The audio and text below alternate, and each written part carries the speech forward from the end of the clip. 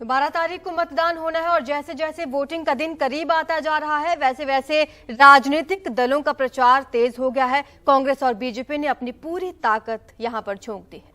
आपको बता दें कि कल प्रियंका गांधी ने हिमाचल प्रदेश के ऊना में एक रैली की और बीजेपी पर यहां पर जमकर उन्होंने हमले बोले और कहा कि डबल इंजन की सरकार पिछले 5 साल में कहां थी। पिछले 5 साल से हिमाचल प्रदेश में और 7 साल से केंद्र में होने के बावजूद 63,000 पद खाली हैं।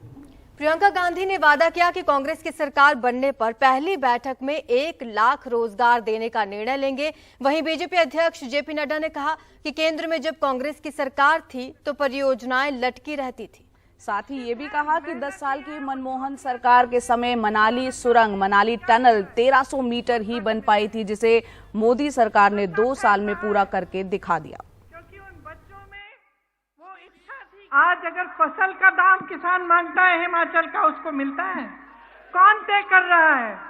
कौन तय कर रहा है फसल का दाम? बड़े बड़े उद्योगपति। मैंने कहा सारा देश का तेल उनके इंजन में जा रहा है। रोजगार कहां से आते हैं? जो पीएसयू थे जिससे तमाम रोजगार मिलता था, किसको बेच दिए? अपने बड़े बड़े उद्योगपति मित्रों को। जो आपकी संपत्ति है, देश की संपत्ति है, वो उनको बेच दिया। आज अगर आपके फसल का दाम तय करते हैं तो वो करते हैं, किसान नहीं करता है। तो आप समझिए, बार बार मैं सिर्फ यही आग्रह करती हूँ, शिक्षित हो, समझदार हो, बहुत विवेक है आप में। जो संघर्ष में जीवन आपका है, किसी नेता का नहीं है, गलतफहमी में मत होना। हम आपके लिए काम करके दिखाना चाहते हैं। मैंने कहा कि पहले मंत्रिमंडल की मीटिंग में 1 लाख रोजगार तय करेंगे, लेकिन 5 सालों में हमारा वचन है कि 5 लाख रोजगार देने का पूरी कोशिश करेंगे। 2002 में अटल जी ने मनाली में सुरंग बनाने के लिए शिलान्यास किया था। 2004 में हमारी सरकार चली गई। 2004 से 2014 10 साल मनमोहन सिंह प्रधानमंत्री रहे। मात्र 1300 मीटर सुरंग बनी, 1300 मीटर। अटल जी ने मुझसे पूछा था कि वो जो मैंने पत्थर वहां लगाया था उसका क्या हुआ। मैंने कहा काम रुक गया है। तो उन्होंने कहा था कि वो पत्थर मेरे सीने पर पत्थर है। लेकिन जब मोदी जी 2014 में प्रधानमंत्री बने तो 2 साल के अंदर 10 किलोमीटर की सुरंग बनाकर अटल टनल भारत के डिफेंस में लाकर के खड़ा कर दिया। बीजेपी कहती है कि उसकी नोटबंदी और जीएसटी जैसी योजनाएं सफल रही क्योंकि लोगों ने उन्हें फिर से वोट देकर जिताया है। वहीं अग्निवीर योजना की अगर बात करें तो सेना में भर्ती की इस योजना के बाद हिमाचल प्रदेश पहला ऐसा राज्य है जहां पर चुनाव होने जा रहे हैं। यहां जो नौजवान हैं वो खासा नाराज नजर आ रहे हैं। क्यों, देखते हैं हमीरपुर से हमारे सहयोगी सौरभ शुक्ला की ग्राउंड रिपोर्ट। 19 साल के सनम ठाकुर हमीरपुर में रहते हैं। रोज सुबह कड़कड़ाती ठंड में सेना में भर्ती की तैयारी के लिए 15 किलोमीटर दौड़ लगाते हैं। कहते हैं सेना की वर्दी इनका सपना है, लेकिन दिल में दर्द भी है कि अग्निवीर योजना की वजह से उन्हें सिर्फ 4 साल के लिए सेना में सेवा का मौका मिलेगा। सनम ठाकुर इस बार पहली बार वोट डालेंगे, लेकिन अग्निवीर योजना की वजह से बीजेपी से बेहद नाराज हैं। बहुत हद तक है हमारे अंदर कि 4 सालों के लिए कर दिया है। इसका कुछ तो मतलब बच्चे करेंगे ही करेंगे सर। तो सरकार बदली भी जा सकती है और नहीं भी, अब क्या हो सकता है। आपको लगता है कि वोट के जरिए सरकार बदल भी सकते हैं? अग्निवीर योजना को लेकर लोगों के जहन में, युवाओं के जहन में थोड़ी सी नाराजगी सर। थोड़ी नहीं, बहुत है सर, बहुत है। 4 साल से 4 साल होते गया है, 4 सालों का तो पता ही नहीं चलता है। सिर्फ सनम ही नहीं, यहाँ सेना की तैयारी कर रहे ज्यादातर नौजवान अग्निवीर योजना को लेकर वोट से चोट देने की तैयारी कर रहे हैं। यही गाँव है आपका हमीरपुर में? हाँ। सुबह तैयारी करते हो, रोज मेहनत करते हो? हाँ। मैं तो 3 टाइम आता हूँ ना। 3 टाइम आते हो? हाँ। क्या सपने हैं? सेना में जाना है? हाँ, सेना में जाना है। चुनाव में जब वोट डालने जाओगे क्या रहेगा जहन में? अग्निवीर योजना को लेकर कुछ नाराजगी है? सोच के जाओगे वोट डालने के लिए? हाँ, बहुत नाराजगी है सर। बहुत गलत हुआ सर इतना। बहुत गलत हो। वोट के जरिए आपके घर वाले क्या करेंगे, आप क्या करेंगे? विरुद्ध है सर पूरे। इस बार थोड़ा सोचा है कि मतलब अग्निवीर वाला जो सिस्टम किया वो अच्छा नहीं लग रहा, तो सरकार थोड़ी चेंज होनी चाहिए इस बार। चेंज होनी चाहिए इस बार, ये लगता है आपको? बिल्कुल। कांग्रेस भी युवाओं की नाराजगी को भांप रही है। यही वजह है कि प्रियंका गांधी अपनी हर रैली में अग्निवीर योजना को लेकर बीजेपी पर निशाना साध रहे हैं। अग्निवीर को देखिए कैसा स्कीम है, आप जानते होंगे। आप माताएं अपने बेटों को भेजते हैं सरहद पे देश की रखवाली करने के लिए, और ये लोग क्या कर रहे हैं? सेना को ठेके पे दे रहे हैं। कह रहे हैं कि सेना की जो भर्ती है वो भी ठेके पे होगी। 4 साल बाद 75% लड़के वापस आ जाएंगे। फिर क्या करेंगे? किसी के ऑफिस में काम करेंगे, कहीं नौकरी ढूंढते हुए भटकेंगे। बीजेपी युवाओं का असंतोष समझती है। शायद यही वजह है कि हिमाचल के चुनाव प्रचार में मुख्यमंत्री जयराम ठाकुर या दूसरे बड़े नेता अग्निवीर योजना की बात ही नहीं कर रहे। प्रियंका गांधी का हिमाचल में स्वागत है, लेकिन वो हिमाचल में सिर्फ अपना स्वार्थ सिद्ध करने के लिए आए हैं। वो एक पॉलिटिकल टूरिस्ट की तरह आते हैं। उनको जो जमीन की हकीकत है, ग्राउंड की रियलिटी है, उसके बारे में कोई ज्ञान नहीं है। अग्निवीर प्रदेश के युवाओं को सही डायरेक्शन देने के लिए एक बहुत ही अच्छी स्कीम है, लेकिन कांग्रेस को आज बिल्कुल बैंकरप्ट एक पार्टी हो चुकी है, क्योंकि उनको ना नियत है किसी प्रदेश को सही डायरेक्शन में ले जाने की, ना देश को आगे ले जाने में। आज वो सिर्फ गुमराह करने की राजनीति करते हैं। हिमाचल में न आईटी कंपनियां हैं, न बहुत बड़े उद्योग। यही वजह है कि युवा नाराज हैं, पर फिर भी 4 साल के लिए ही सही सेना में भर्ती होना चाहते हैं, क्योंकि यहाँ रोजगार के दूसरे विकल्प ना के बराबर है।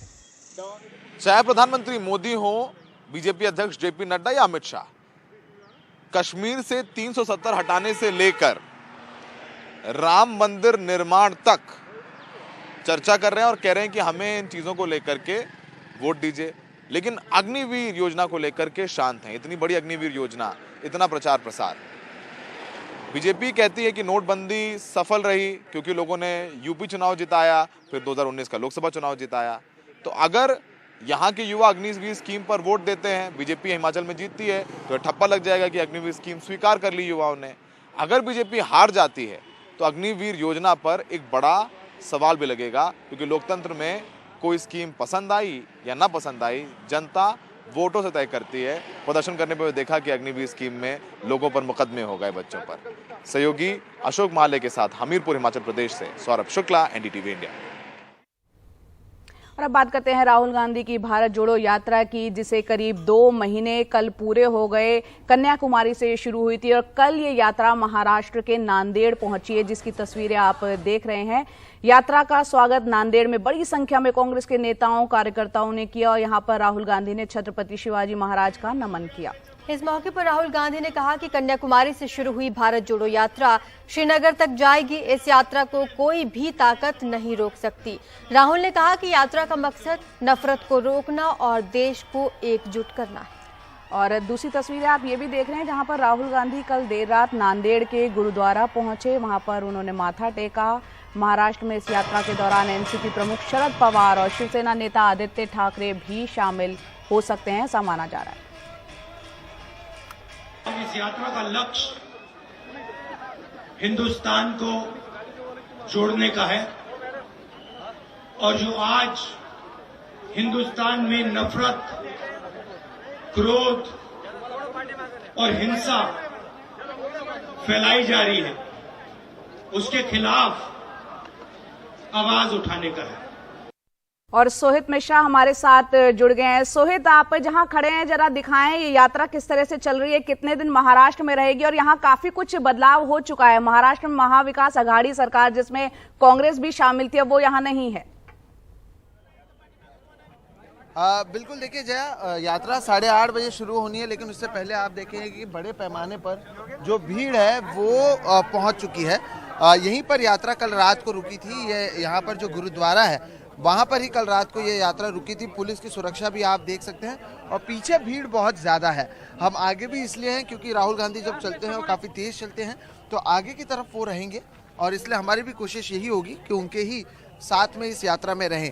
इस यात्रा की अगर बात करें तो ये जो यात्रा है ये महाराष्ट्र में कुल मिलाकर 14 दिनों तक है और 382 किलोमीटर का जो फासला है वो इनकी ओर से यहाँ पर तय किया जाएगा। आप मेरे पीछे भी जो है आप सुन पा रहे होंगे, नफरत छोड़ो भारत जोड़ो के नारे यहाँ पर लगाए जा रहे हैं। जो लोग हैं वो अभी भी आए हुए हैं यहाँ पर अलग अलग जगहों से और आगे बढ़ रहे हैं। आप लोग सब कहाँ से आए हुए हैं? हम लोग यवतमाल से, महाराष्ट्र। यवतमाल से। अच्छा, तो आप लोगों को क्यों लगा आना चाहिए? इतने बड़े सुबह सुबह 8 बज रहा है, आप लोग दिन भर चलने वाले हैं, क्यों लगा आना चाहिए? आज देश के जो हालात हैं उसके लिए ऐसा लगता है भारत जोड़ने की आवश्यकता पड़ी है आज, उसके लिए हम लोग आ रहे हैं। बिल्कुल। अच्छा, हाँ। तो जो है यही बात बार बार अलग अलग जगहों पर कहा जा रहा है कि जिस तरह के हालात हुए हैं उससे सुधरने के लिए। अब मैं आगे देख पाया योगेंद्र यादव भी मौजूद है, वो हालांकि आगे चले गए, लेकिन इस तरह से आप देखिए ये जो सिक्योरिटी है उसके आगे भी कार्यकर्ता हैं, पीछे भी कार्यकर्ता हैं। इंतजार है राहुल गांधी के आने का जो 8:30 बजे आएंगे और उसके लिए जो कार्यकर्ता हैं और जो लोग हैं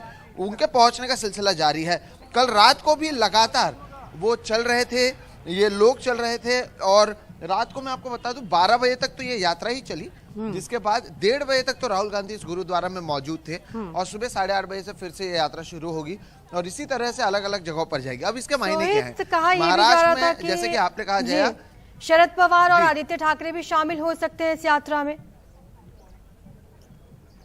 हाँ जी बिल्कुल, 9 तारीख को यानी कल जो शरद पवार आदित्य ठाकरे हैं वो इस यात्रा में शामिल होंगे और 10 तारीख को शरद पवार यहाँ पर आने वाले हैं। चरण सिंह सप्रा जी हमारे साथ मौजूद हैं। आप लोग रोज सुबह सुबह एक्सरसाइज करके पहुँच गए हैं यहाँ पर, पहले से प्रैक्टिस भी शुरू की थी।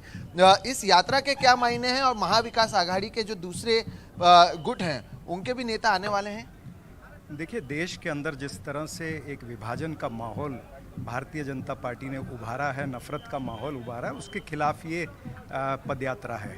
जी, महाराष्ट्र के अंदर निश्चित रूप से हमने महाविकास आघाड़ी के नेताओं को आमंत्रण दिया है और निश्चित रूप से एनसीपी और शिवसेना ने कहा है कि उनके जो आला नेता है वो इसमें हाजिर होंगे। अच्छा, तो यानी महाविकास आघाड़ी के नेता यहाँ पर आने वाले हैं और सुबह का समय है। आप देखिए सभी जो नेता हैं, जो कार्यकर्ता हैं और सभी लोग बड़े पैमाने पर यहाँ पर पहुँच चुके हैं और इंतजार हो रहा है 8:30 बजे का जब ये रैली शुरू होती है। और महाविकास आघाड़ी के जो नेता हैं, जैसे कि मैंने कहा, आदित्य ठाकरे 9 तारीख को और शरद पवार 10 तारीख को इस यात्रा में सहभागी होंगे। बिल्कुल, हम लगातार देख रहे हैं भारत जोड़ो यात्रा में कई पार्टियों के नेता भी जुड़ रहे हैं और तमाम हस्तियां भी जुड़ रही हैं। बहुत बहुत शुक्रिया सोहित मिश्रा इस पूरी जानकारी के लिए। 8:30 बजे राहुल गांधी पहुंचेंगे इस यात्रा में, आपसे फिर हम जुड़ेंगे।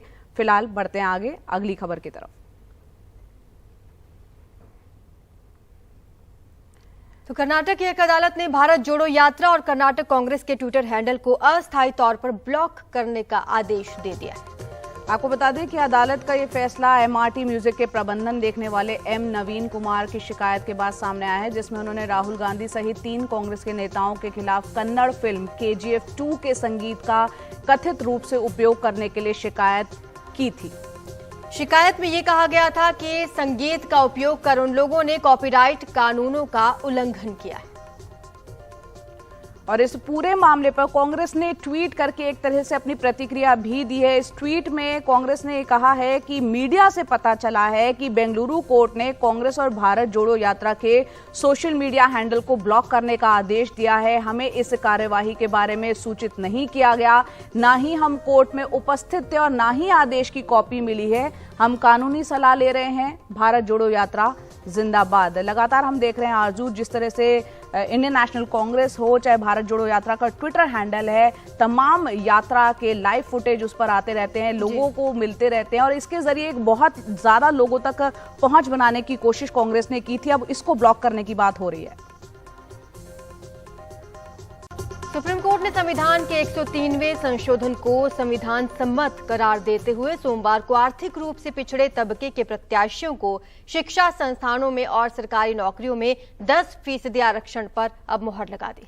दरअसल अब तक ये कहा जाता था कि देश में आरक्षण सिर्फ सामाजिक और शैक्षिक पिछड़ापन के ही आधार पर दिया जा सकता है, किसी और आधार पर नहीं। लेकिन सुप्रीम कोर्ट के फैसले ने अब ये साफ किया है कि आर्थिक पिछड़ेपन के आधार पर आरक्षण दिया जा सकता है और ये संवैधानिक प्रावधानों के खिलाफ नहीं है। सुप्रीम कोर्ट के इस फैसले पर हालांकि बड़ी राजनीतिक बहस जरूर शुरू हो गई है। सामान्य वर्ग के आर्थिक रूप से कमजोर लोगों को 10% आरक्षण के प्रावधान को कानूनन वैध ठहराने के सुप्रीम कोर्ट के फैसले का स्वागत भी हो रहा है और सवाल भी उठ रहे हैं। एक सवाल उठाने वालों में कांग्रेस के नेता उदित राज भी हैं। मैं EWS गरीब सवर्णों के रिजर्वेशन के खिलाफ में नहीं हूँ। मैं सवाल करता हूँ कि 30 साल तक जो स्टैंड सुप्रीम कोर्ट था, आज अचानक बदल कैसे गया जो सवर्णों को रिजर्वेशन देने की बात आ गई। अब संविधान की दुहाई दे रहे हैं। 30 साल तक तो इंदिरा साहनी के जजमेंट की दुहाई देते रहे। तो जब SC ST OBC का मैटर आता है तो सुप्रीम कोर्ट कुछ और हो जाता है, जब सवर्णों का मैटर आ जाता है तो सुप्रीम कोर्ट और हो जाता है।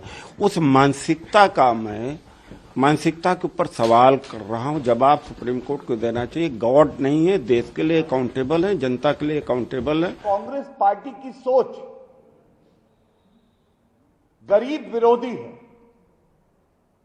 अगर गरीब व्यक्ति को उसका अधिकार मिल रहा है और सर्वोच्च न्यायालय देश का, जो हम सबसे बेहतर संविधान का ज्ञाता है, वो एक फैसला देता है तो उस पर सबसे ज्यादा दर्द किसी को होता है तो वो कांग्रेस पार्टी को होता है। नीतीश कुमार के जनता दल यूनाइटेड ने सुप्रीम कोर्ट के फैसले का स्वागत किया है।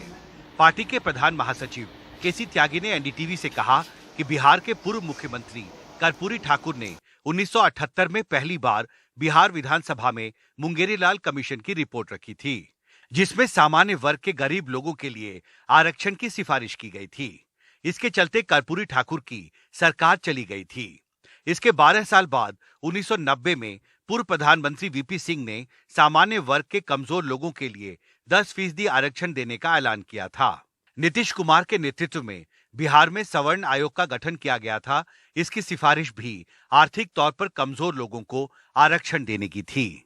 हमें प्रसन्नता है कि सुप्रीम कोर्ट ने आज उस पर मोहर लगाई है और सभी को इसका स्वागत इसलिए करना चाहिए कि अदालतों के फैसले पर टीका टिप्पणी करने के रिवाज कम। जो कुछ लोग अब नए तरीके से आर्थिक आधार पर सभी वर्गों के लिए आरक्षण की व्यवस्था चाहते हैं, वो मानसिक तौर पर बीमार हैं और पूरी संवैधानिक व्यवस्थाओं को वो बदल करके देश को गृह युद्ध की तरफ ले जाना चाहते हैं। अब एक वर्डिक्ट आया है, लेकिन ये कुछ संभावनाएं छोड़ गया। इंदिरा साहनी जजमेंट या बालाजी, अब वो 50% सीलिंग खत्म हो गई। सरकार को फौरी तौर पर एफर्मेटिव एक्शन के दायरे को विस्तृत करने के लिए जातिगत जनगणना करानी चाहिए और उन आंकड़ों के आधार पर, उन वैज्ञानिक आंकड़ों के आधार पर अब जब सीलिंग नहीं है तो आनुपातिक दृष्टिकोण से प्रतिनिधित्व को बढ़ाना चाहिए। सालाना जिनकी आमदनी होगी 8 लाख से कम। अब उदाहरण के रूप में ये लीजिए कि आप मजदूर वर्ग पूरे देश भर में सभी ट्रेड यूनियन मिलकर मांग कर रहे हैं कि मिनिमम जो उनकी तनख्वाह होनी चाहिए उसका घोषणा कानूनी तौर पर दिया जाना चाहिए 26,000 हर महीने। ये बनता है आपका 3,12,000 एक साल में।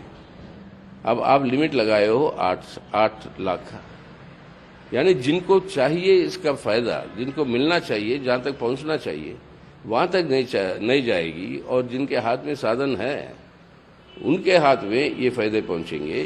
सुप्रीम कोर्ट के इस महत्वपूर्ण फैसले के बाद सामान्य वर्ग के आर्थिक रूप से कमजोर लोगों को आरक्षण देने के मसले पर कानूनी बहस भले ही फिलहाल थम गई हो, लेकिन इस संवेदनशील मुद्दे पर राजनीतिक बहस जल्दी खत्म होगी, इसके आसार फिलहाल दिखाई नहीं देते। सुप्रीम कोर्ट से कैमरा पर्सन जेवियर के साथ हिमांशु शेखर, NDTV इंडिया। और MCD चुनावों की बात करते हैं, जिसकी तारीखों का ऐलान हो गया है। बीजेपी और आम आदमी पार्टी दोनों ने ही अपना प्रचार अभियान शुरू कर दिया है। तो क्या होने वाला है इन दोनों ही पार्टियों का मुद्दा, जानने के लिए देखिए शरद शर्मा की रिपोर्ट। केंद्रीय मंत्री हरदीप सिंह पुरी की मौजूदगी में बीजेपी नेताओं ने MCD चुनाव के लिए कैंपेन सॉन्ग के साथ प्रचार वाहनों को भी हरी झंडी दिखाई और आम आदमी पार्टी पर निशाना साधा। और ये रेवड़ी पॉलिटिक्स करते रहते हैं। जब एक और नजदीक के प्रदेश में जब चुनाव की बात आई, घर की हर महिला को हम ये दे देंगे, वो दे देंगे। आप हमारी भारतीय जनता पार्टी का देखिए। मैंने आदेश जी की जो बात कल मैंने कहीं पढ़ी, इन्होंने कहा जो भी हमारे बहन भाई झुग्गियों में रहते हैं, हम हर एक को घर आवास दिलवा के छोड़ेंगे। आम आदमी पार्टी MCD चुनाव में कूड़े को सबसे बड़ा मुद्दा बना रही है। मंगलवार 8 नवंबर से 20 नवंबर तक पार्टी बूथ स्तर पर कूड़े पर संवाद करेगी और एमसीडी में 15 साल के बीजेपी शासन की नाकामी गिनाएगी। लगभग 13,000 साढ़े 13,000 बूथों के ऊपर एक कैंपेन होगा, जिसमें हम जनता से 5 प्रश्न पूछ रहे हैं कि पहले कि क्या आपकी गली के अंदर सफाई होती है, आपके घर के पास सफाई होती है, मोहल्ले में सफाई होती है, जहां आप काम करने जाते हैं वहां सफाई होती है, आपने कूड़े के पहाड़ देखे हैं नहीं देखे हैं, आपको पता है कि आपकी विधानसभा के अंदर कूड़े के पहाड़ बनने वाले हैं, और 5वां प्रश्न है कि भाई इनको कौन साफ कर सकता है। 15 साल जो एमसीडी में रही भारतीय जनता पार्टी, वो जिसका काम था इसे साफ करना, या जिनको आपने दिल्ली के अंदर सारे काम दिए और जिन्होंने सारे काम करके दिखाए, वो अरविंद केजरीवाल जी। सोमवार से ही दिल्ली में नामांकन की प्रक्रिया भी शुरू हो गई है। हालांकि अभी किसी भी प्रमुख पार्टी ने अपना कोई उम्मीदवार घोषित नहीं किया है। एमसीडी चुनाव के लिए नामांकन प्रक्रिया शुरू हो गई है। नामांकन की आखिरी तारीख 14 नवंबर है और माना यह जा रहा है कि प्रमुख पॉलिटिकल पार्टियां अपने उम्मीदवारों की घोषणा 14 नवंबर के आसपास ही करेंगी, ताकि अगर पार्टी में कोई बगावत होती है तो बागी उम्मीदवारों को ज्यादा समय ना मिल पाए। दिल्ली से अपने कैमरा सहयोगी पवन कुमार के साथ मैं Sharad Sharma, NDTV India.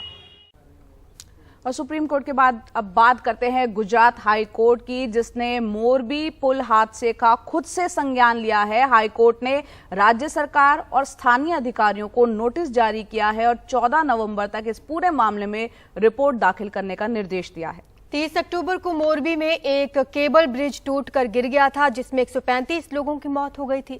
High court के मुख्य न्यायाधीश अरविंद कुमार और जस्टिस आशुतोष शास्त्री की एक खंडपीठ ने मुख्य सचिव के जरिए गुजरात सरकार, राज्य के गृह विभाग, नगर पालिकाओं के आयुक्त, मोरबी नगर पालिका, जिला कलेक्टर और राज्य मानवाधिकार आयोग को नोटिस जारी किया है।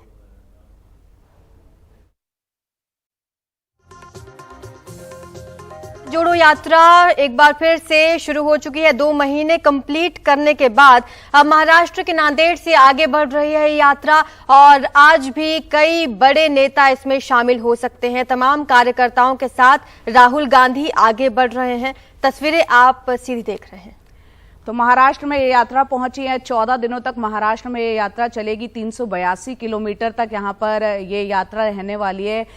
2 महीने पहले हमने आरजू देखा था कि किस तरह से कन्याकुमारी से इसकी शुरुआत हुई थी। कई राज्यों से होकर गुजरनी है, 3,500 किलोमीटर से ज्यादा का सफर करना है और पद यात्रा ये लगातार की जा रही है और अब पहुंची है महाराष्ट्र। से पहले दक्षिण से गुजर रही थी ये यात्रा और अब तस्वीरों में देख सकते हैं राहुल गांधी के साथ कांग्रेस के कार्यकर्ता और बड़ी संख्या में लोग यहां पर जुड़ रहे हैं। सुबह 8:30 बजे यहां पर कुछ देर पहले राहुल गांधी इस यात्रा में जुड़े हैं और इस यात्रा की शुरुआत हो चुकी है और ये महाराष्ट्र में पहुंची इसलिए भी अहम है क्योंकि एक वक्त में महाराष्ट्र में महाआघाड़ी सरकार थी जिसमें कांग्रेस भी शामिल थी और अब वहां पर सत्ता परिवर्तन हो गया है। बीजेपी और शिवसेना का जो शिंदे गुट है वो मिलकर सरकार यहां चला रहे हैं। ऐसे में यहां पर कई रैलियां करेंगे।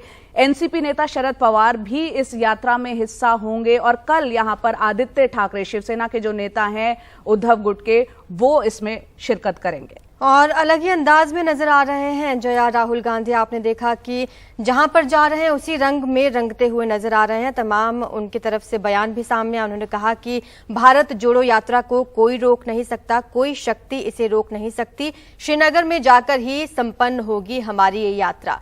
और तस्वीरों में हम देख सकते हैं तमाम कांग्रेस के कार्यकर्ता यहां पर मौजूद हैं और भारत जोड़ो यात्रा मात्र एक यात्रा नहीं बल्कि राहुल गांधी ने इस पदयात्रा में कई तरह के मुद्दे उठाए हैं, चाहे वो किसानों का मुद्दा हो या फिर तेलंगाना में कर्ज माफी का मुद्दा वादा हो। इसके बाद अब महाराष्ट्र पहुंचे हैं। इसके बाद ये यात्रा आगे बढ़ रही है और श्रीनगर में जाकर संपन्न होगी।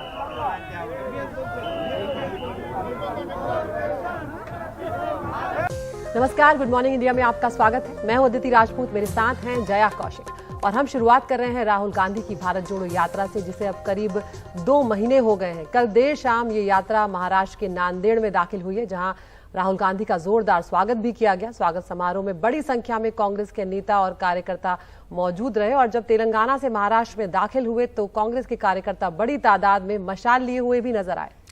बिल्कुल, और ये सुबह की तस्वीरें उस यात्रा की देख रहे हैं जो कि महाराष्ट्र में इस वक्त राहुल गांधी भारत जोड़ो यात्रा, पैदल यात्रा इस वक्त चल रही है। बड़ी संख्या में लोग जुटे हुए हैं।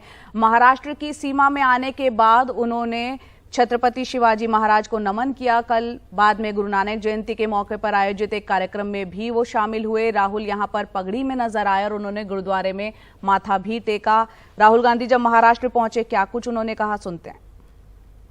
इस यात्रा का लक्ष्य हिंदुस्तान को जोड़ने का है और जो आज हिंदुस्तान में नफरत, क्रोध और हिंसा फैलाई जा रही है, उसके खिलाफ आवाज उठाने का है।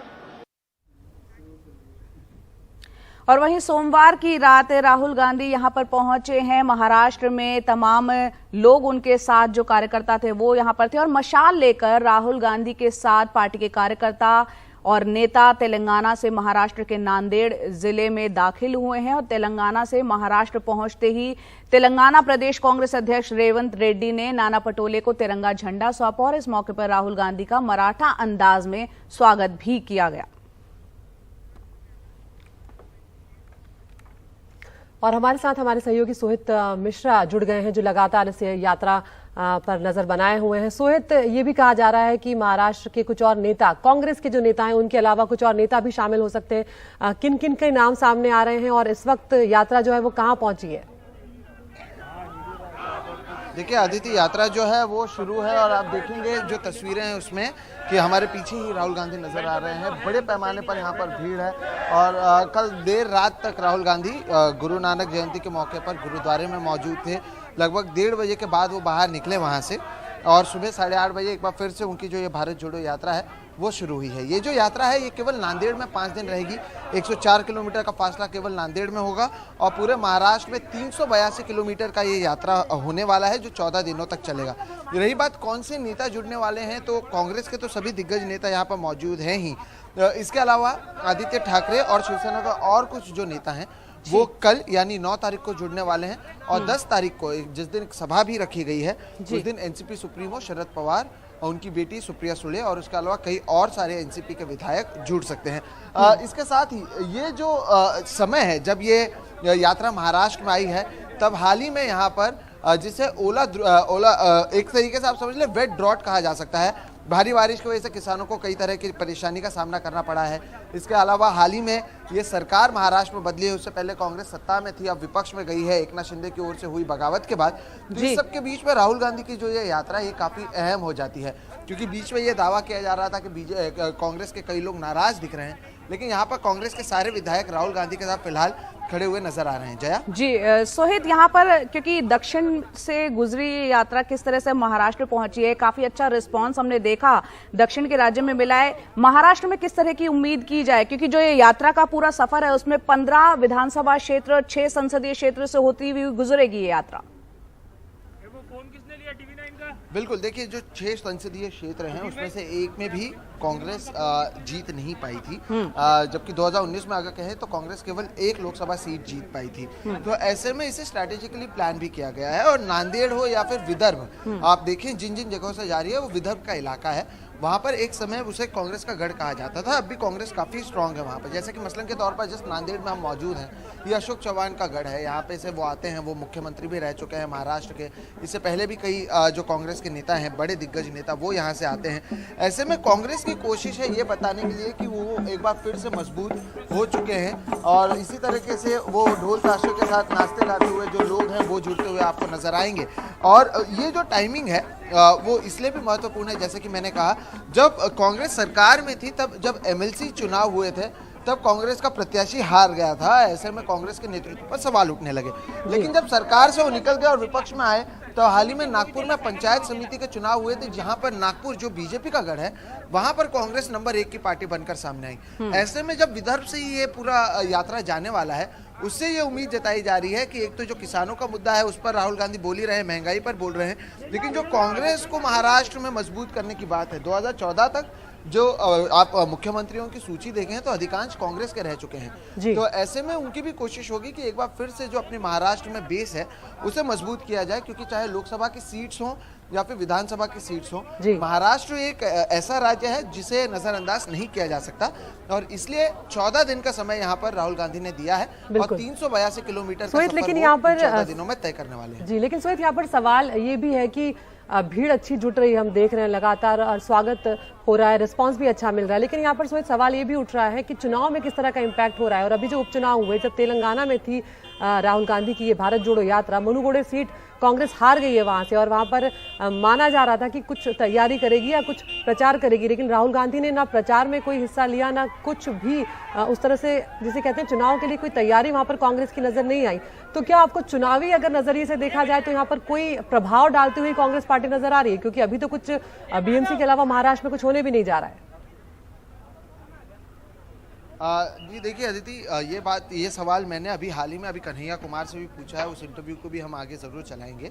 उसमें उनका यही कहना है कि पहले हम दिल से दिल एक बार फिर से जोड़ना चाहते हैं और उन्होंने एक एग्जांपल दिया इंडियन क्रिकेट टीम का कि इंडियन क्रिकेट टीम को चलाती बीसीसीआई है, लेकिन जब भी टीम जीतती है हारती है पूरा देश खुश होता है और वो से देश के साथ कहना।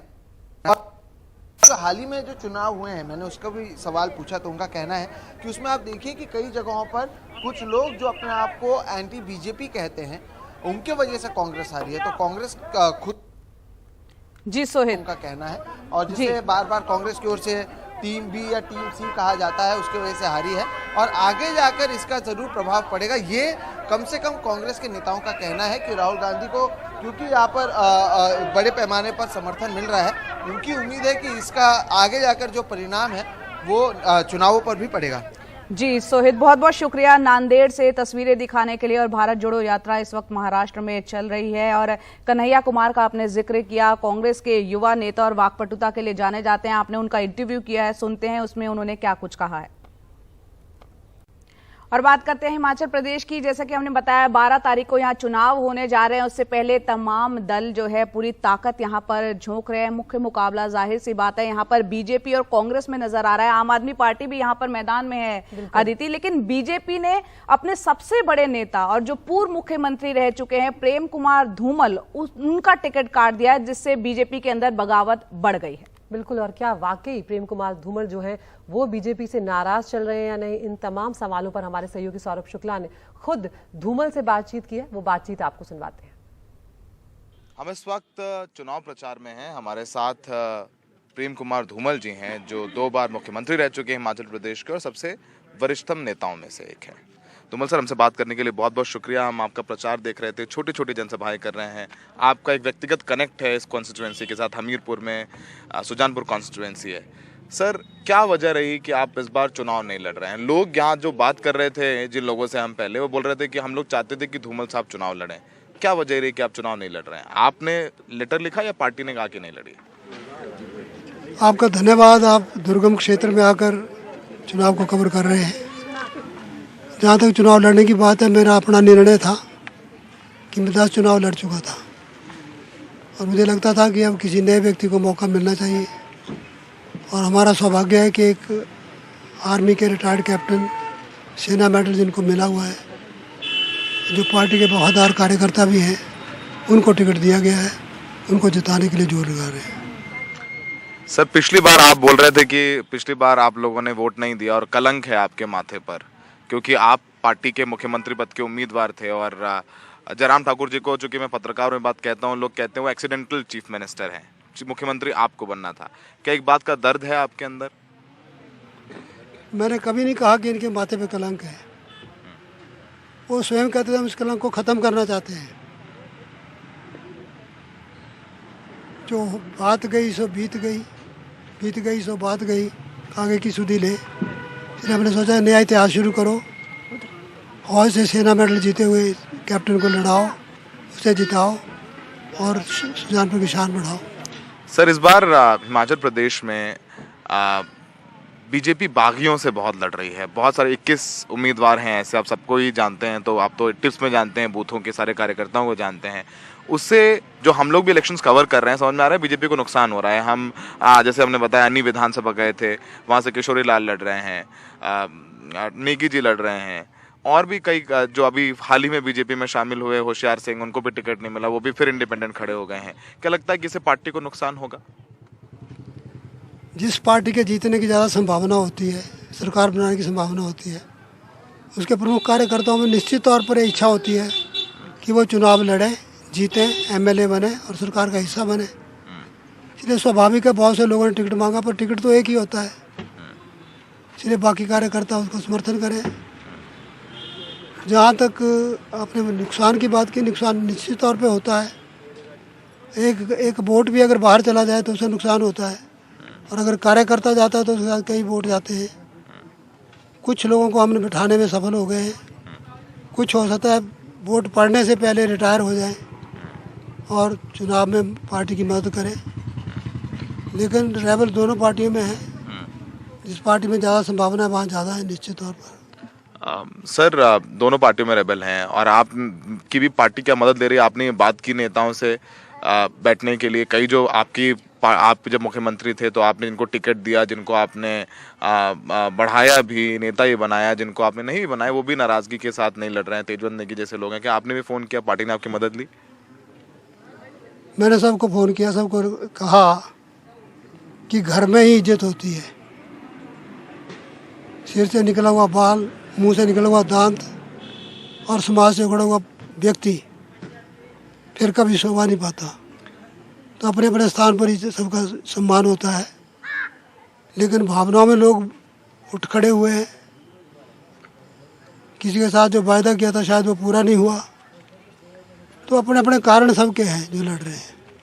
Sir, Congress old pension scheme को लेकर के और एक हमने जब कवर किया तो लोगों में सेंटिमेंट है इस बात को लेकर के, पुरानी पेंशन योजना को लेकर के लोग बात कर रहे हैं, इस बात की चर्चा है।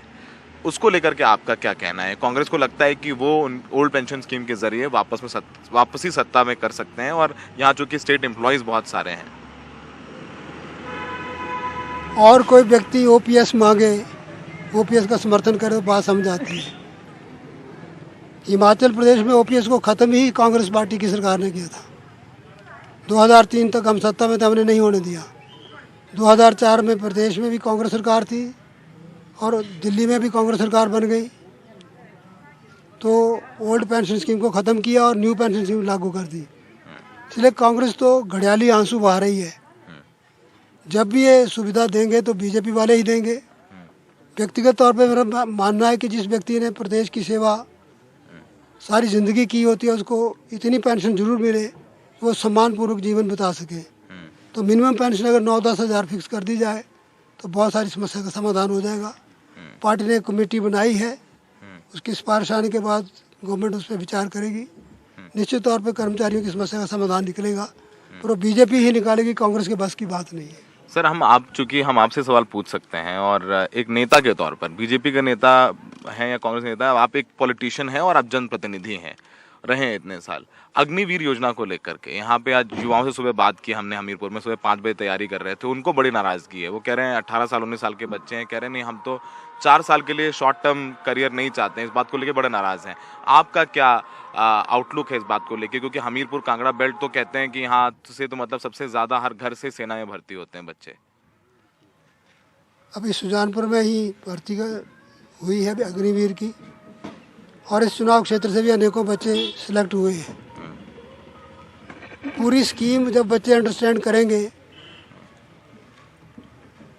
आज मैंने एक सर्विसमैन को पूछा तो उसने कहा मुझे 97,000 मिला था, उस सूबेदार मेजर की पेंशन आया था। अग्निवीर बच्चे जो रिटायर हो गए 4 साल के बाद, वे लगभग 25 लाख रुपए उनको मिलेगा, 25 लाख। और जिसने 32 साल सर्विस की उसको मिला 97,000। तो अभी नई स्कीम है और कई वर्षों से विचाराधीन थी कि फौज जो जवानों की होनी चाहिए। कारगिल की जो लड़ाई लड़े, जो मोर्चा जीता था, वो सारे 20-22 साल के नौजवान थे। परमवीर चक्र विजेता बिलासपुर से हमारे संजय कुमार है, वो उसमें एक सिपाही था, 20-21 साल की उम्र थी, अब वो सूबेदार मेजर बने, आर्मी सर्व कर रहे हैं। तो जब लड़ाई होती है तो नौजवान ही अच्छा लड़ सकता है। और इनमें 25% को रिटेन करेंगे आर्मी में, कुछ सीआरपीएफ में भर्ती हो जाएंगे, उनमें से कुछ बीएसएफ में हो जाएंगे, कुछ स्टेट पुलिस में हो जाएंगे, और बाकी को अपना रोजगार शुरू करने का भी होगा। और इस 4 साल में उनको इतनी शिक्षा भी दी जाएगी कि वो ग्रेजुएट का डिग्री भी लेके आएंगे। तो जब सारे बेनिफिट्स को देखेंगे तो उनको लगेगा कि अच्छी स्कीम है, लेकिन जब शुरू कुछ भी स्कीम को करोगे तो शुरुआत में ऐसा लगता है कि गलत हो रहा है। ठीक है, आखिरी सवाल आपसे, हिमाचल प्रदेश में या देश की राजनीति में प्रेम कुमार धूमल आगे अपनी क्या सहभागिता देखते हैं भारतीय जनता पार्टी में? Do you feel left out in this elections? Lot of people sir, जब यहाँ ट्रेवल करते हैं लोगों को ये लगता है, और बहुत सारे कार्यकर्ता मिले उनको कहता है कि इस बार हम वोट नहीं देंगे बीजेपी को, धूमल साहब को टिकट नहीं दिया, धूमल साहब के चेहरे नहीं, और ये व्यक्तिगत अनुभव है मेरे पास, वो बाइट से मैं सुना सकता हूँ। तो do you feel left out in this elections? Your party workers are saying they are angry that you did not get ticket. देखिए, पार्टी में और सरकार में अनेकों पद होते हैं, अध्यक्ष, महामंत्री, मुख्यमंत्री, मंत्री, एमएलए, लेकिन एक न एक टाइम में उसके साथ पूर्व लगता है। पर हमारी पार्टी में एक पद ऐसा है जिसके साथ पूर्व का भी नहीं लगता, वो कार्यकर्ता का पद। तो कार्यकर्ता के तौर पे मैं काम करता रहूँगा, जब तक जिंदा हूँ तब तक पार्टी के लिए काम करूँगा, देश प्रदेश के लिए काम करूँगा, जिसको भी पार्टी टिकट देगी उसको समर्थन करूँगा। You don't feel left out? नहीं, I chose myself not to contest. I decided I will not contest, but I will support the candidate given by the party and make him win the election. पुराने नेताओं से बात करने का एक अपना मजा है, जिस तरीके से वो बात करते हैं नेताओं से, वो करगिल की बात करते हैं, अपने अनुभव बांटते हैं, जिस तरीके से वो पत्रकारों से बात करते हैं। उन्होंने बड़ी अच्छी बात कही कि एक पद ऐसा है जो कभी उसमें उसके आगे पूर्व नहीं लगता, पूर्व एमएलए, पूर्व मुख्यमंत्री, पूर्व सांसद, कार्यकर्ता। तो एक कार्यकर्ता के तौर पर इतना बुजुर्ग, इतना सीनियर लीडर बीजेपी के लिए काम कर रहा है, तो वाकई में शायद बाकी जो पॉलिटिशियंस हैं जो छोटी चीज़ ना होने पर नाराज हो जाते हैं, पद छोड़ देते हैं, पार्टी छोड़ देते हैं, और ये सीख धूमल साहब शायद कांग्रेस के नेताओं को भी दे रहे हैं और बीजेपी के नेताओं को भी दे रहे हैं, हर पॉलिटिशियन को दे रहे हैं। तो सर बहुत बढ़िया लगा आपसे बात करके, और एक पत्रकार के तौर पर भी काफ़ी कुछ सीखने को मिलता है जब आप जैसे लीडर से हमारी बातचीत और मुलाकात होती है। आपने सहयोगी अशोक माले के साथ सुजानपुर से सौरभ शुक्ला, एनडीटीवी इंडिया। तो कहा तो ये भी जा रहा है कि बागी दोनों ही पार्टियों में नुकसान पहुंचा सकते हैं, लेकिन किसको ज्यादा नुकसान होगा ये देखने के लिए थोड़ा इंतजार जरूर करना पड़ेगा। उधर बीजेपी को लगातार ये लग रहा है कि वो सत्ता में इस बार वापसी करने जा रही है, और उसका कहना है कि उसकी नोटबंदी और जीएसटी जैसी जो योजनाएं हैं वो सफल रही, क्योंकि लोगों ने उन्हें फिर वोट देकर जिताया है। लेकिन सबसे बड़ी जिस योजना को लेकर बार बार सवाल उठ रहे हैं वो है सेना में भर्ती के लिए लाई गई अग्निवीर योजना, जिसके बाद हिमाचल प्रदेश पहला राज्य है जहां पर कि चुनाव होने जा रहा है। अब क्या सेना में भर्ती के लिए तैयारी कर रहे युवाओं के लिए चुनाव में वाकई में अग्निवीर योजना एक मुद्दा है? देखते हैं हमीरपुर से सौरभ शुक्ला की रिपोर्ट। 19 साल के सनम ठाकुर हमीरपुर में रहते हैं। रोज सुबह कड़कड़ाती ठंड में सेना में भर्ती की तैयारी के लिए 15 किलोमीटर दौड़ लगाते हैं। कहते हैं सेना की वर्दी इनका सपना है, लेकिन दिल में दर्द भी है कि अग्निवीर योजना की वजह से उन्हें सिर्फ 4 साल के लिए सेना में सेवा का मौका मिलेगा। सनम ठाकुर इस बार पहली बार वोट डालेंगे, लेकिन अग्निवीर योजना की वजह से बीजेपी से बेहद नाराज हैं। बहुत हद तक है हमारे अंदर कि 4 सालों के लिए कर दिया है, इसका कुछ तो मतलब बच्चे करेंगे ही करेंगे सर। मतलब सरकार बदली भी जा सकती है और नहीं भी, अब क्या हो सकता है। वो लगता है कि वोट के जरिए सरकार बदल भी सकते हैं। अग्निवीर योजना को लेकर लोगों के जहन में, युवाओं के जहन में थोड़ी सी नाराजगी सर। थोड़ी नहीं, बहुत है सर, बहुत है। 4 साल से 4 साल होते गया है, 4 सालों का तो पता ही नहीं चलता है। सिर्फ सनम ही नहीं, यहाँ सेना की तैयारी कर रहे ज्यादातर नौजवान अग्निवीर योजना को लेकर वोट से चोट देने की तैयारी कर रहे हैं। यही गांव है आपका हमीरपुर में? हाँ। सुबह तैयारी करते हो, रोज मेहनत करते हो? हाँ। मैं तो 3 टाइम आता हूँ ना। 3 टाइम आते हो? हाँ। क्या सपने हैं? सेना में जाना है? हाँ, सेना में जाना है। चुनाव में जब वोट डालने जाओगे क्या रहेगा जहन में? अग्निवीर योजना को लेकर कुछ नाराजगी है? सोच के जाओगे वोट डालने के लिए? हाँ, बहुत नाराजगी है सर। बहुत गलत हुआ सर, इतना बहुत गलत हो। वोट के जरिए आपके घर वाले क्या करेंगे, आप क्या करेंगे? विरुद्ध है सर पूरे। इस बार थोड़ा सोचा है कि अग्निवीर वाला जो सिस्टम किया वो अच्छा नहीं लग रहा, तो सरकार थोड़ी चेंज होनी चाहिए इस बार। चेंज होनी चाहिए इस बार, ये लगता है आपको? बिल्कुल। कांग्रेस भी युवाओं की नाराजगी को भांप रही है। यही वजह है कि प्रियंका गांधी अपनी हर रैली में अग्निवीर योजना को लेकर बीजेपी पर निशाना साध रहे हैं। अग्निवीर को देखिए कैसा स्कीम है, आप जानते होंगे। आप माताएं अपने बेटों को भेजते हैं सरहद पे देश की रखवाली करने के लिए, और ये लोग क्या कर रहे हैं? सेना को ठेके पे दे रहे हैं। कह रहे हैं कि सेना की जो भर्ती है वो भी ठेके पे होगी। 4 साल बाद 75% लड़के वापस आ जाएंगे। फिर क्या करेंगे? किसी के ऑफिस में काम करेंगे, कहीं नौकरी ढूंढते हुए भटकेंगे। बीजेपी युवाओं का असंतोष समझती है। शायद यही वजह है कि हिमाचल के चुनाव प्रचार में मुख्यमंत्री जयराम ठाकुर या दूसरे बड़े नेता अग्निवीर योजना की बात ही नहीं कर रहे। प्रियंका गांधी का हिमाचल में स्वागत है, लेकिन वो हिमाचल में सिर्फ अपना स्वार्थ सिद्ध करने के लिए आए हैं। वो एक पॉलिटिकल टूरिस्ट की तरह आते हैं। उनको जो जमीन की हकीकत है, ग्राउंड की रियलिटी है, उसके बारे में कोई ज्ञान नहीं है। अग्निवीर प्रदेश के युवाओं को सही डायरेक्शन देने के लिए एक बहुत ही अच्छी स्कीम है, लेकिन कांग्रेस को आज बिल्कुल बैंकरप्ट एक पार्टी हो चुकी है, क्योंकि उनको ना नियत है किसी प्रदेश को सही डायरेक्शन में ले जाने की, ना देश को आगे ले जाने में। आज वो सिर्फ गुमराह करने की राजनीति करते हैं। हिमाचल में न आईटी कंपनियां हैं, न बहुत बड़े उद्योग। यही वजह है कि युवा नाराज हैं, पर फिर भी 4 साल के लिए ही सही सेना में भर्ती होना चाहते हैं, क्योंकि यहाँ रोजगार के दूसरे विकल्प ना के बराबर है। चाहे प्रधानमंत्री मोदी हो, बीजेपी अध्यक्ष जेपी नड्डा या अमित शाह, कश्मीर से 370 हटाने से लेकर राम मंदिर निर्माण तक चर्चा कर रहे हैं और कह रहे हैं कि हमें इन चीजों को लेकर के वोट दीजिए, लेकिन अग्निवीर योजना को लेकर के शांत हैं। इतनी बड़ी अग्निवीर योजना, इतना प्रचार प्रसार। बीजेपी कहती है कि नोटबंदी सफल रही क्योंकि लोगों ने यूपी चुनाव जिताया, फिर 2019 का लोकसभा चुनाव जिताया।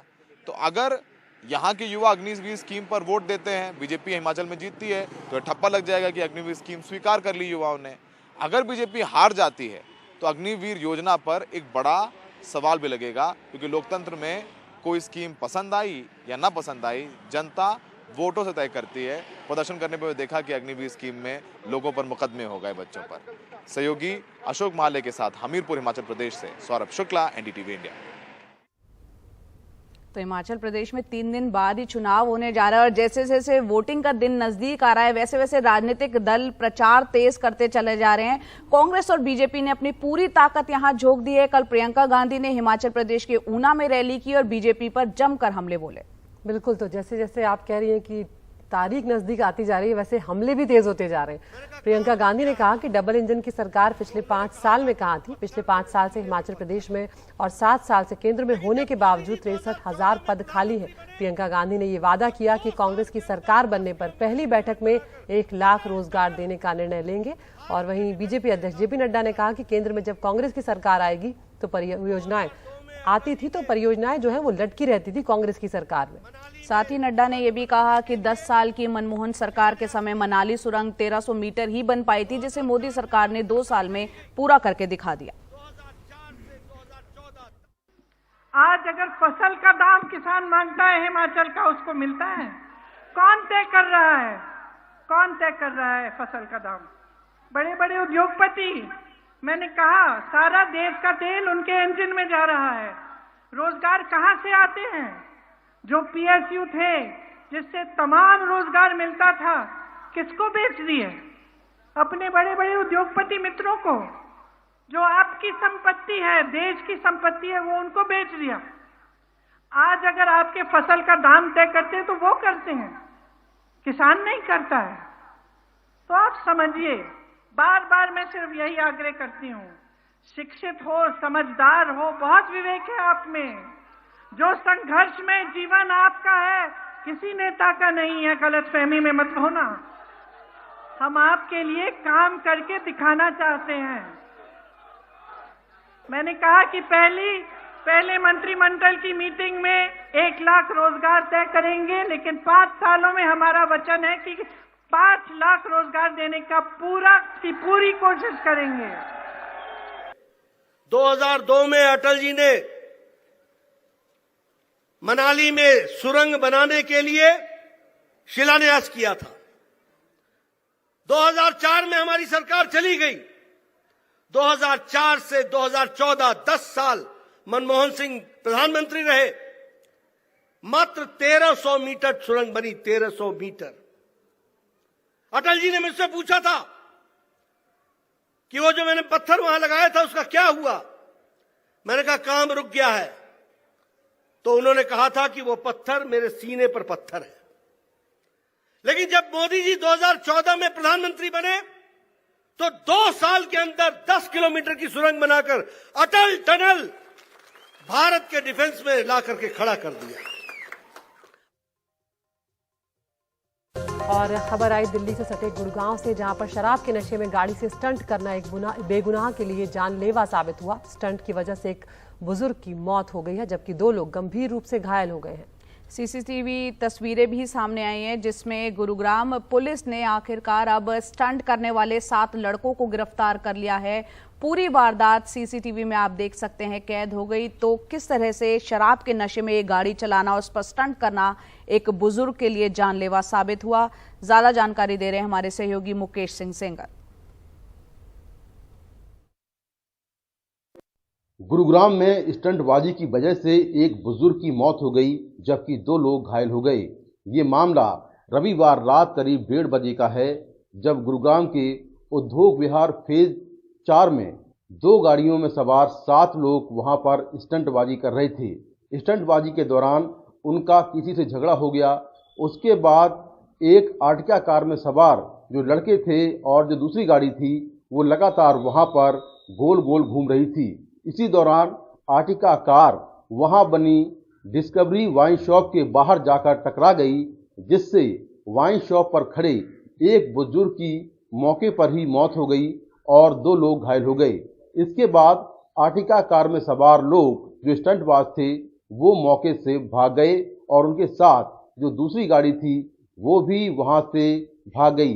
पुलिस के पास जो सीसीटीवी फुटेज है उसमें साफ तौर पर दिख रहा है कि किस तरह से ये दोनों गाड़ियां गोल गोल घूम रही हैं और काफ़ी तेज रफ्तार है इन गाड़ियों की, जिसके बाद एक गाड़ी जो आर्टिका कार है वो वाइन शॉप के बाहर जाकर टकरा गई। इस मामले में जो मृतक बुजुर्ग है उसकी पहचान की कोशिश की जा रही है, जबकि जो 2 लोग घायल हैं उनका गंभीर हालत में इलाज चल रहा है। वहीं इस मामले में पुलिस ने सीसीटीवी फुटेज के जरिए आरोपियों की पहचान कर ली है और कुल 7 आरोपी गिरफ्तार कर लिए हैं, जिनमें एक आरोपी खुद घायल है और वो अस्पताल में भर्ती है। तो काफ़ी चौंकाने वाला मामला है कि रात में किस तरह से लड़के 2 गाड़ियों में सवार होकर वहां पर स्टंटबाजी कर रहे थे और इसी दौरान एक शख्स की मौत हो जाती है, जबकि 2 लोग घायल हो जाते हैं। पुलिस का कहना है कि वो इस मामले में कड़ी कार्रवाई करेगी और जो 7 लोग पकड़े गए हैं उन पर भी कड़ी धाराओं में ये पूरा मामला जो है वो दर्ज किया गया है। कर्नाटक की एक अदालत ने भारत जोड़ो यात्रा और कर्नाटक कांग्रेस के ट्विटर हैंडल को अस्थायी तौर पर ब्लॉक करने का एक आदेश दिया है। आपको बता दें, अदालत का यह फैसला MRT म्यूजिक के प्रबंधन देखने वाले M नवीन कुमार की शिकायत के बाद सामने आया। इस शिकायत में उन्होंने राहुल गांधी सहित 3 कांग्रेस नेताओं के खिलाफ कन्नड़ फिल्म KGF 2 के संगीत का कथित रूप से इस्तेमाल करने के लिए शिकायत दर्ज की थी। शिकायत में कहा गया था कि संगीत का उपयोग कर उन लोगों ने कॉपीराइट कानूनों का उल्लंघन किया है।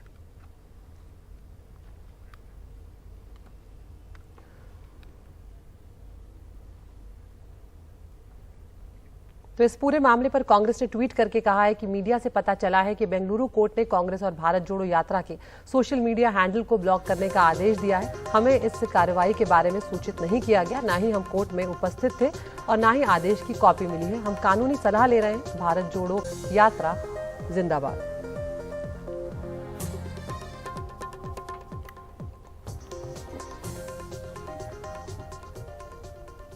और अगली खबर भी कर्नाटक से, जहां कर्नाटक कांग्रेस के कार्यकारी अध्यक्ष सतीश जरकीहोली ने एक विवाद खड़ा कर दिया है अपने बयान को देकर। उन्होंने हिंदू शब्द की उत्पत्ति पर सवाल उठाते हुए कहा कि ये भारत का नहीं बल्कि ईरान और फारसी से आया हुआ शब्द है। कर्नाटक के बेलगावी जिले में आयोजित एक कार्यक्रम में कांग्रेस नेता ने कहा कि हिंदू शब्द के अर्थ जानकर आपको शर्म आ जाएगी। उन्होंने कहा इसका मतलब होता है अश्लील और इस पर बहस की जरूरत है। जरकी होली का ये वीडियो सोशल मीडिया पर वायरल हो गया और उनके इस बयान को लेकर कांग्रेस बीजेपी के अब निशाने पर आ गई है।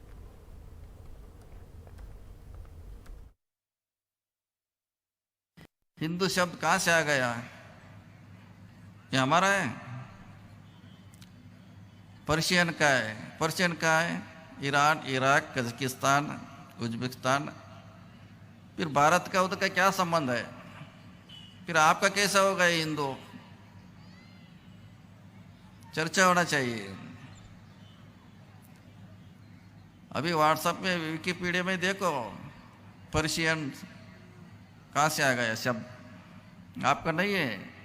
फिर उसका मीनिंग आपको समझ में आ गया तो आपके अब शर्म आ जाएंगे। हिंदू का जो मीनिंग है वो बहुत गंदी है।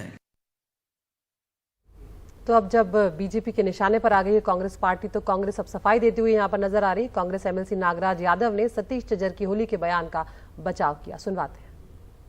Satish Jarkioli has happened to say these things is because the communal forces in the state of Karnataka are trying to divide the society in the lines of religion, which is not acceptable to anybody, because we live in a plural society, we live in a secular society, we want everybody to live together. In the name of Hindu trying to mislead people, we have to take everybody together and go. That is not happening in Karnataka state or in the government of India's administration. That's the reason Satish Jarkioli is saying that there is a fascist forces behind these things to divide the society. And that's the reason he is emphasized on these issues. और वहीं BJP ने कांग्रेस नेताओं के इन विवादास्पद बयानों की कड़ी निंदा की है। They should not be, creating confusion. Instead of bring what is this society, respect the sentiments. Instead of being critical, respect the sentiment, respect the culture, and take it forward. What you can add, it's good. Don't create unnecessary controversies. It is not good in the interest of the society.